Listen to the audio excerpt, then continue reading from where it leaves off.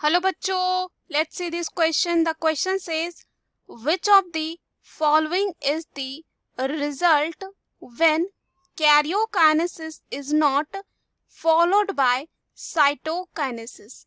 इस क्वेश्चन में हमें ये बताना है कि अगर कैरियोकाइनेसिस जो है फॉलो नहीं होता है किसके द्वारा, साइटोकाइनेसिस के द्वारा, तो इसका रिजल्ट क्या होता है.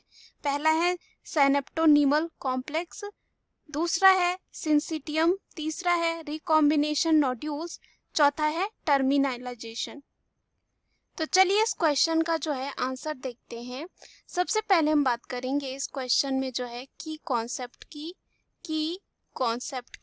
तो इस क्वेश्चन में जो है की कॉन्सेप्ट हमारा हो जाएगा कैरियोकाइनेसिस. तो अगर हम बात करें कैरियोकाइनेसिस क्या होता है, तो अगर हम यहाँ पे बात करें कैरियोकाइनेसिस क्या होता है, कैरियोकाइनेसिस यानी कि यहाँ पे कैरियो का मतलब होता है न्यूक्लियस, और यहाँ पे जो है क्या होता है, न्यूक्लियर डिवीजन होता है, यानी कि न्यूक्लियस जो है यहाँ पे क्या होता है, डिवाइड हो रहा होता है. उसके बाद कैरियोकाइनेसिस के बाद आती है साइटोकाइनेसिस, जहाँ पे साइटोप्लाज्म का डिवीजन होता है, और ये देखा जाता है एम फेज यानी कि माइटोटिक फेज में, यानी कि किसके, सेल साइकिल के. तो अगर हम बात करें कैरियोकाइनेसिस में क्या होता है, यहाँ पे जो है न्यूक्लियस जो है यानी कि न्यूक्लियर डिवीजन होता है. अगर ये जो है फॉलोड नहीं होता है किसके द्वारा, साइटोकाइनेसिस के द्वारा, तो इसका जो है क्या होता है, बहुत सारे जो है मल्टी न्यूक्लिएट कंडीशन जो है क्या हो जाती है, अराइज हो जाती है. यानी कि बहुत सारे यहाँ पे न्यूक्लियस का जो है फॉर्मेशन हो जाएगा, मल्टी न्यूक्लिएट हो जाएंगे, और साथ ही साथ यहाँ पे ये कंडीशन अराइज होगी, और उसके बाद ये जो है लीड करेगा, और ये leading to the formation of syncytium.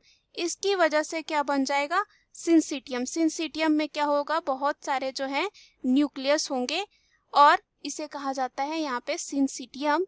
और ये तब बनता है जब साइटोकाइनेसिस जो है फॉलो नहीं करता है कैरियोकाइनेसिस को. और अगर हम यहाँ पे एग्जाम्पल देखें कि जो सिंसिटियम होता है वो कहाँ देखा जाता है, तो ये जो है लिक्विड एंडोस्पर्म में जो है इन कोकोनट में देखा जाता है. किस में देखा जाता है, जो लिक्विड एंडोस्पर्म होता है कहाँ पे, कोकोनट में, वहां पे ये जो है कंडीशन देखी जाती है. तो चलिए हम ऑप्शन में चलते हैं. तो पहला जो ऑप्शन दे रखा है वो है साइनेप्टोनीमल कॉम्प्लेक्स. तो अगर हम बात करें ये क्या होता है, ये जो कॉम्प्लेक्स होता है वो कब बनता है, जाइगोटीन जो स्टेज होती है, जाइगोटीन स्टेज होती है किसकी, प्रोफेज 1 की. किसकी, प्रोफेज जो 1 होता है, प्रोफेज 1 होता है उसके जाइगोटिन स्टेज में. यहाँ पे प्रोफेज 1 में क्या होता है, 5 स्टेजेस होती हैं, जैसे कि यहाँ पे लिप्टोटीन होता है, उसके बाद यहाँ पे जाइगोटीन, फिर पेकाइटिन, डिप्लोटीन और डाइकाइनेसिस होती है. तो जाइगोटिन स्टेज में जो है साइनेप्टोनीमल कॉम्प्लेक्स बनता है. ये क्या होता है, एक प्रोटीन स्ट्रक्चर होता है, और ये तब बनता है, हम कह सकते हैं जो होमोलोगस क्रोमोसोम होते हैं उनके बीच में बनता है, और ये क्या कहाँ बन रहा है, जाइगोटिन स्टेज में बनता है.